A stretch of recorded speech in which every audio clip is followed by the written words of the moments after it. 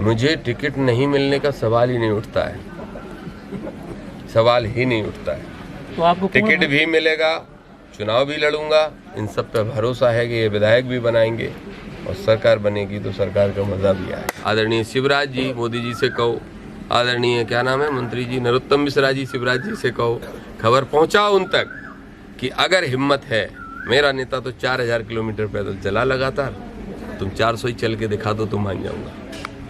राहुल गांधी जी ने भारत जोड़ो यात्रा निकालने के बाद जिसमें अपार सफलता मिली, जिससे मोदी और उनकी कंपनी घबरा गई है, अडानी और उनकी कंपनी घबरा गई है, वो यात्रा के बाद उन्होंने तय कर लिया है एक बार नहीं 10 बार वो सांसद ना बने, एक बार नहीं वो 10 बार प्रधानमंत्री ना बने, लेकिन अडानी और उनके जो चमचे हैं, जो हमारे नाम लेने की जरूरत नहीं, आप सब जानते हो कौन है, इन सब से देश को आज़ाद कराना है। योजना के बारे में आप बात कर रहे हैं, मैं सिर्फ 4 सवाल पूछता हूँ। शिवराज सिंह चौहान साहब कहते हैं कि हमारी बहनें, उनको हम ये भत्ता देंगे। पहली चीज़ कि अब आपको होश आया चुनाव के ठीक 6 महीने पहले, एक महिला को अगर आप दोगे भी 1000 तो मात्र कितने दे पा रहे हो? 6000। तो आप चाहते हो 6000 रुपये दे के उनका वोट आप खरीदना चाहते हो, उनको बिकाऊ समझ रहे हो। पहला विषय। नमस्कार, मैं शारली और आप देख रहे हैं द दतिया 24 न्यूज़। हम आपको बता दें, अभी मध्य प्रदेश में चुनावी माहौल चल रहा है और सभी पार्टियों के नेता हैं वो सक्रिय हैं और कई पार्टियां हैं जो घोषणाएं कर रही हैं, और जो अभी मौजूदा पार्टी है भारतीय जनता पार्टी, उन्होंने भी बड़ी बड़ी घोषणाएं की हैं और महिला वोटों को अपनी ओर आकर्षित करने के लिए कई योजनाओं को लागू किया है, जैसे कि लाडली बहना योजना है और पुलिस प्रशासन में 30% महिलाओं की नियुक्ति, ये भी जो है महिलाओं के लिए चालू की गई योजना। तो हमारे साथ दामोदर सिंह यादव जी हैं, जो कांग्रेस नेता हैं और वरिष्ठ कांग्रेस नेता हैं। सबसे पहले आपका स्वागत है। बहुत बहुत धन्यवाद। लोगों का कहना रहता है कि दामोदर सिंह यादव जी जो नेता हैं वो भाषण थोड़ा तीखे देते हैं। तो हाँ, बिल्कुल निश्चित रूप से मैं तीखे भाषण बोलता हूँ और मुझे ऐसा लगता है कि सीधे भाषण बोलने से काम ही नहीं चलता। तीखा मैं हमेशा बोलता हूँ बेईमान लोगों के लिए, भ्रष्टाचारी अधिकारियों के लिए, जनता के तो मैं पैरों में लेट जाता हूँ। तो जनता के लिए जो पूरा विनम्र हो और अधिकारियों के लिए जो तीखा बोले, वही नेता सही नेता होता है और वही सही प्रतिनिधित्व कर सकता है, ऐसा मेरा मानना है। जैसे कि मध्य प्रदेश में 41 ऐसी विधानसभाएं हैं जहां पर महिलाओं का बहुत प्रभाव है, महिला वोटरों का। तब ऐसे में जो लाडली बहना योजना चालू की है बीजेपी ने, तो कहीं ना कहीं लगता है कि ये पासा पलटने वाली। देखिए पहली चीज़ तो यह है कि सभी विधानसभाओं में हमारी सम्मानीय महिलाएं बराबरी से वोटर हैं, तो 230 विधानसभाओं में है। लेकिन जहां तक बीजेपी की घोषणा की बात है, तो घोषणा तो सभी बेरोजगारों को नौकरियां देने की भी मोदी जी ने की थी। घोषणा तो किसानों के खाते में 14 लाख जमा करने की भी की थी, 15 लाख, उनमें से एक पैसा आया नहीं, एक घोषणा आज तक इनने पूरी की नहीं। तो जनता अच्छी तरह से जानती है कि इनकी कोई भी घोषणा पूरी होने वाली नहीं है। योजना के बारे में आप बात कर रहे हैं, मैं सिर्फ 4 सवाल पूछता हूँ। शिवराज सिंह चौहान साहब कहते हैं कि हमारी बहनें, उनको हम ये भत्ता देंगे। पहली चीज़ कि अब आपको होश आया चुनाव के ठीक 6 महीने पहले, एक महिला को अगर आप दोगे भी 1000 तो मात्र कितने दे पा रहे हो? 6000। तो आप चाहते हो 6000 रुपये दे के उनका वोट आप खरीदना चाहते हो, उनको बिकाऊ समझ रहे हो। पहला विषय। दूसरा विषय यह है, क्या फिल्टर लगाए गए हैं? मैं सिर्फ 4 फिल्टर की बात करता हूँ, लगाए तो 24 गए।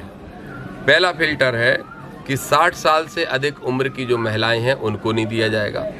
मैं समझता हूँ 60 साल से अधिक उम्र की को तो और ज़्यादा ज़रूरत है। दूसरा, 23 साल से नीचे वाली को नहीं दिया जाएगा। मैं समझता हूँ 23 साल के नीचे वाली को सबसे ज़्यादा ज़रूरत है, क्योंकि उसे पढ़ाई करनी होती है। तो ना 23 से नीचे वाली उनकी बहनें हैं, ना 60 से ऊपर वाली उनकी बहनें हैं। जिनके घर में एक ट्रैक्टर भी है किसान के नाते, 4 पहिया का वाहन है कोई रोजगार के नाते, वो भी उनकी बहनें नहीं होती हैं, उनको भी नहीं दिया जाएगा। जिसके घर में एक प्यून भी है कोई सरकारी नौकरी में, जिसको 5000, 7000, 10000 तनख्वाह मिलती है, उसको भी नहीं दिया जाएगा। इन सब का मतलब यह है, ये मूर्ख बनाने का एक साजिश है। जनता के साथ खिलवाड़ कर रहे हैं, जो कि किसी भी कीमत पे जनता उनकी इस बातों में नहीं आएगी। ये तो हो गया मुद्दा लाडली बहना योजना को लेकर। अब सवाल यहाँ पर ये भी उठता है कि मध्य प्रदेश शासन लाडली बहना योजना चला रही है और लाडली लक्ष्मी योजना भी चला रही है। तो कहीं ना कहीं रोजगार को लेकर अगर जो उनके भांजे अगर उनको रोजगार दे दिया जाए तो बहनें भी खुश रहेंगी और निश्चित रूप से और भांजियाँ भी खुश रहेंगी। और अभी जो आप टिकट को लेकर बात कर रहे थे सेवड़ा विधानसभा में खासकर, तो यहाँ पर कहीं ना कहीं विधायक जो यहाँ से हैं वो आपकी ही पार्टी से हैं, तो कहीं ना कहीं यहाँ पर होती नजर आ रही है। नहीं, मैं उनकी बिल्कुल आलोचना नहीं कर रहा हूँ। मैं तो उनका सबसे बड़ा शुभचिंतक हूँ, और अगर मैं सबसे बड़ा शुभचिंतक नहीं होता तो मैंने जो निर्दलीय पर्चा भरा था वो वापस ही नहीं लेता। आपको एक बात स्पष्ट बता दूं कि 2013 में जब मैं और वर्तमान विधायक जी जो कि हमारे भाई जैसे ही हैं, हम दोनों आमने सामने लड़ रहे थे, गोरा घाट से लेके इंदरगढ़ तक, एक उदाहरण के तौर पे एक क्षेत्र की बात कर रहा हूँ, सारी की सारी पोलिंगों का ये नज़ारा था कि मुझे 400 वोट मिले, बीजेपी कैंडिडेट को 300 मिले और उनको 18 और 2835 मिले। अब जब मैंने पर्चा पिछली बार उनके समर्थन में वापस लिया तो फिर वही जो 400 मुझे मिले थे वहां जाके विधायक जी को 415 मिले।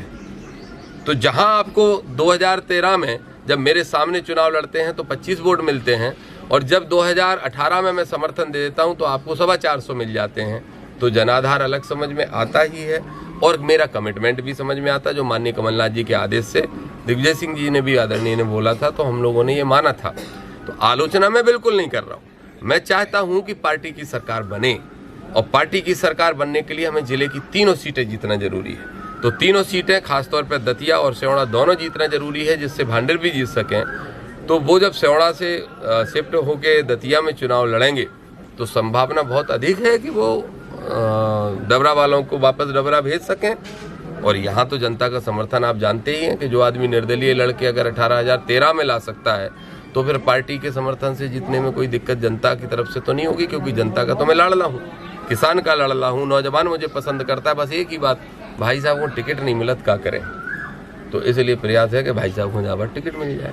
इस समय का अहम सवाल, जैसे कि राहुल गांधी जी की लोकसभा सदस्यता रद्द कर दी गई, इस विषय पर आपका क्या राय? देखिए, मैं भाषणों में ये विषय भूल गया। इस समय सबसे बड़ा सवाल यही है, भारतीय जनता पार्टी ये दिखाना चाहती है, कोई भी शासक जब बहुत निरंकुश हो जाता है और अपनी लाठी की दम पे जनता पे राज करना चाहता है तो वो ऐसे कदम उठाता है।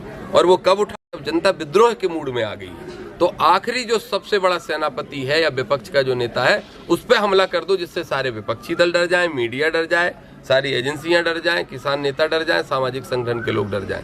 ये सोच के उन्होंने राहुल गांधी जी की सदस्यता को गलत तरीके से, गैर कानूनी तरीके से समाप्त किया है। मेरा बड़ा सवाल है कि जो केस लगाया गया था, जिस सज्जन के अपील पे वो निर्णय हुआ है कोर्ट से, वो खुद ही रुकवाने के लिए पहुंच गए थे। केस पे कोई आगे हम कार्रवाई नहीं चाहते, लेकिन जैसे ही अडानी के खिलाफ राहुल जी ने सवाल उठाया तो वो वापस पहुंच गए कि वो केस में सुनवाई कर लो। 1 महीने के अंदर पूरी सुनवाई भी हो जाती है और एक महीने के अंदर फैसला भी हो जाता है। हमारे बेचारे जमीन अमीन के केस लड़ने वाले किसान बूढ़े हो गए, बुजुर्ग हो गए, उम्र निकली जा रही है। 1 महीने में फैसला भी हो जाता है, पूरी सुनवाई भी हो जाती है, फैसला हो जाता है, और फैसले में सबसे अधिक सजा जो हो सकती है 2 साल वो दे दी जाती है, ताकि उनकी सदस्यता समाप्त वाली श्रेणी में आ जाए। साथ में एक और आदेश होता है कि अब 8 साल तक वो चुनाव नहीं लड़ पाएंगे। तो ये सब जानबूझ के किया गया। इससे पता चलता है कि हमारी जनता की, किसान की आखिरी उम्मीद न्यायपालिका होती है। न्यायपालिका पे भी कितना ज़्यादा प्रेशर बनाने का काम इनने किया है, ये इसी फैसले से पता चलता है। लेकिन राहुल गांधी जी ने भारत जोड़ो यात्रा निकालने के बाद, जिसमें अपार सफलता मिली, जिससे मोदी और उनकी कंपनी घबरा गई है, अडानी और उनकी कंपनी घबरा गई है, वो यात्रा के बाद उन्होंने तय कर लिया है, 1 बार नहीं 10 बार वो सांसद ना बने, 1 बार नहीं वो 10 बार प्रधानमंत्री ना बने, लेकिन अडानी और उनके जो चमचे हैं, जो हमारे नाम लेने की जरूरत नहीं, आप सब जानते हो कौन है, इन सब से देश को आज़ाद कराना है। ये देश किसानों का है, गरीबों का है, नौजवानों का है, सारी जाति के लोगों का है, सारे धर्म के लोगों का है। जैसे प्रेम से वो 70 साल से रह रहे हैं आज़ादी से लेके आज तक, वैसे ही आगे रहेंगे, ये हमारा प्रयास है। और 2024 में मोदी को नमस्कार करके जनता वापस बिठा लेगी। अब कहाँ जाएंगे वो, गुजरात या अडानी के साथ विदेश, ये तो नहीं पता, लेकिन जहाँ भी जाएंगे हमारा देश हमारे किसान के हाथ में आएगा। बीजेपी के पास चेहरा है प्रधानमंत्री नरेंद्र मोदी, कांग्रेस पार्टी के पास ऐसा कोई चेहरा है राहुल गांधी जी के अलावा? देखिए, सवाल बात सेवड़ा विधानसभा की करते हो। अगर सेवड़ा विधानसभा से अगर आपको टिकट नहीं मिलता है तब आपका अगला कदम क्या रहेगा?